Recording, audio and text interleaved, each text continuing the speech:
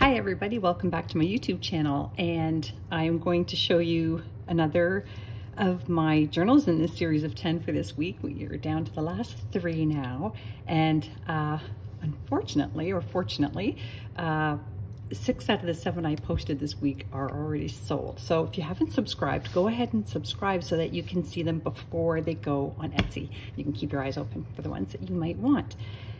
This is a wonderful little journal, and it is from a 1902 book called The Merrymaker. And I decorated this with some lace and some vintage crochet bits, and I made this little teeny tiny journal here. There's nothing fancy about it. There's one little tuck spot with a teeny tiny tag. Mostly it's just decorative, but it's very sweet. And I added an old vintage chain there, and it's got a lovely spine with the original image still on there. And let's take a look at this beautiful journal. Kept the first original pages in. It's in such good condition, this book. I almost wanted to age the pages because it was almost in too good a condition for what junk journalers like. But this one, as you can see, copyrighted in 1902. And the first page here has an old top of came off of a crochet bit. So it was still brand new from the store. That would have been the manufacturer's tag. And I put in a 1970s store receipt here.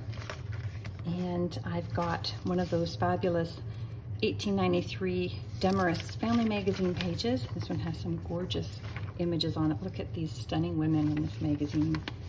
Really, really precious. And that goes right into this lovely tuck spot I made out of antique book pages and crochet bits. Same with on the other side, this little page here that I tore out. It says The Warm Quiet Valley of Home. That's sweet. And a 1926 accounting ledger page for journaling on. That's folded in half there. Everything in here is authentic, antique, and vintage ephemera. The only things that aren't, I will point out to you. And one of them is the tea-dyed pages. There's not a ton of them. I believe you get about 16 sides, but they are tea-dyed for extra journaling space. There's a vintage doily that I added in there. You can turn that into a pocket just by gluing down the bottom and the side with some white glue. And this came from a 1940s, I believe, theater arts magazine like this one here. It's not fantastic? And it's got wonderful advertisements in it. This came from the book Freckles. There weren't many images in this 1904 book, but this one here made it into this journal, and it's quite lovely. And another little pretty image on the side here. Another one of those ledger pages. I'm going fast so that I don't take up too much time. So if it sounds like I just drank 47 cups of coffee, it's just that I'm being mindful of your time, because I could talk forever about this. Here's another one of these wonderful images from a 1940s horse magazine with its beautiful natural aging here. And this is a page out of this 1888 book. It's actually a play. So it's the scenes and script of a play from the late 1800s, which I love. And I made that into a pocket and put in a vintage recipe book with an advertisement on the back that I tea-dyed as well. And that's just some tape from a very, very old book, but the tape was so pretty when I ripped it out that I kept it. It's funny what we think is beautiful. This is a page. There's just a lot of type here, so I put in another antique page on top so you could journal on it, and made it into a pocket with this page from a ballroom dancing book. And this one is for the quick step. How fun. Try it at home. This little tuck spot here has a very old tag. This one is from the Toronto Transportation Commission. That would have got you probably on the bus. Here we go. Very sweet. More of that theater arts magazine. And I hand stamped some of my tea-dyed pages, and this is one of those handmade paper pages, and the artist who made this infused some wildflowers into it. So again, not old, but beautiful. I didn't have many. I had enough to put one in every one of the 10 journals this week, and then they're done. If you like raccoons, this little children's book page is very sweet, and that is from the 1930s. Here's the Le Tour de France. And this is early, about 20s or 30s. And there's a lovely French countryside picture from that book as well.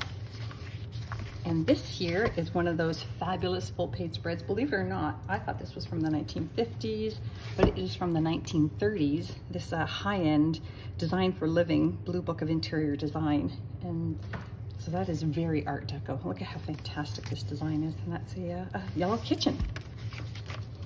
There's more of that French countryside book page, and more pictures of France here. And another one here on Normandy.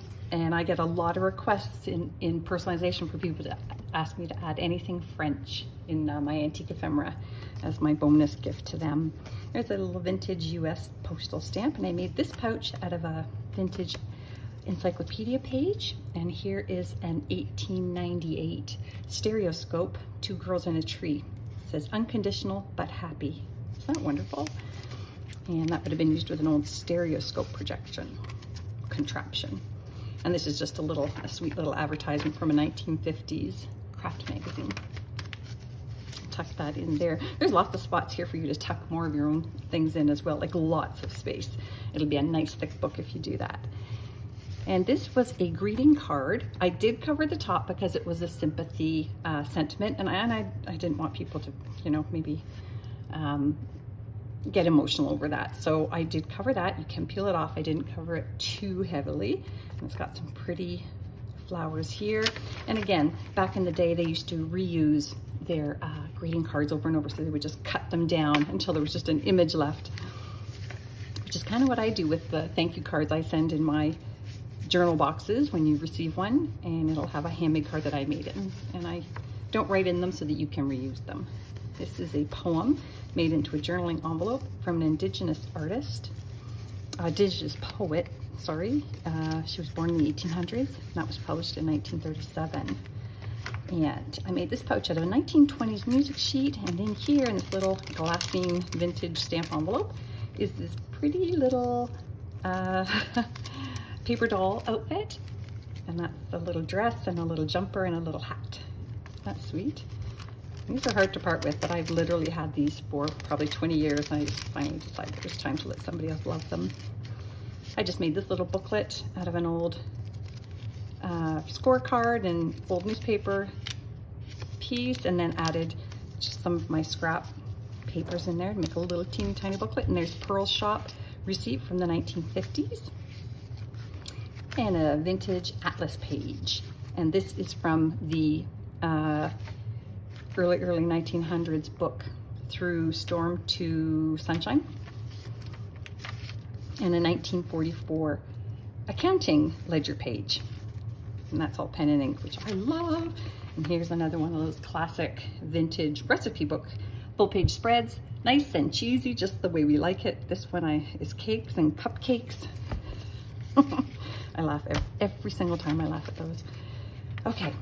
Another one of Pearl Shop's antiques that I put into this pretty double tuck triangle spot here, and a canasta, vintage canasta score sheet that you can do lots of journaling on as well. And there's the flip side, of that atlas page. And this very, very pretty vintage postcard from 1941. Isn't that lovely? Look at that waterfall from part of French Canada, Quebec. And this is a piece of a 1930s Monopoly game, the community chest card, that when I got it, it was already ripped. I didn't want to throw it out because it's cool.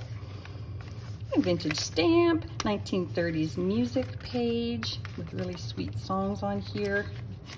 I cannot sing the old songs, but I can. I made this pocket here out of a sewing pattern pouch, and inside I tucked another vintage magazine page, full spread, a 1940s Mother Goose page from this storybook here. And let's see, this is another side of that encyclopedia page, and the flip side, the music sheet, a little cluster here out of antique paper. And this is an old poem from the early 1900s. This is called Life on Earth and Night on that side. Isn't that wonderful?